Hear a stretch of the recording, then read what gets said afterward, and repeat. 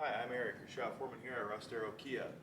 We're only days away from our Super Service Sunday, which is going to be our pre-Super Bowl party. Drawings will be starting at 10 o'clock in the morning. We'll have autographed Packers jerseys and autographed football, oil changes. For every 10 people that show up, we're going to add one oil change to the drawing, and we're going to have a remote start. The remote start is what we're going to talk about today. First of all, let's start that one up. We're going to walk out to this car here in a few minutes and we're going to talk about the remote start a little bit more. When you operate the remote start, your parking lights and or daytime running lights will flash and then stay on to let you know your car is running. Kia's been offering remote starts on their cars for over a decade now.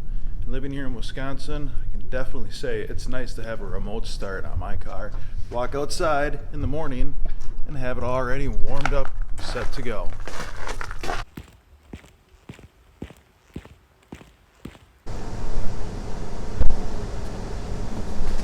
Ooh.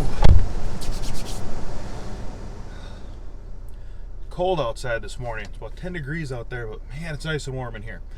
So Kia's got a couple different options when it comes to the remote start, depending on which make you have.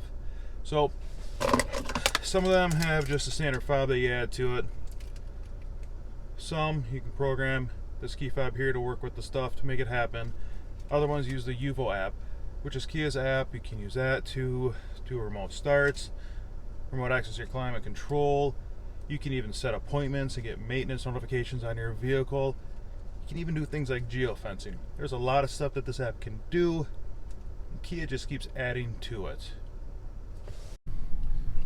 Super Service Sunday, February 2nd, we will open from 7 till noon. The drawing to be held at 10 a.m.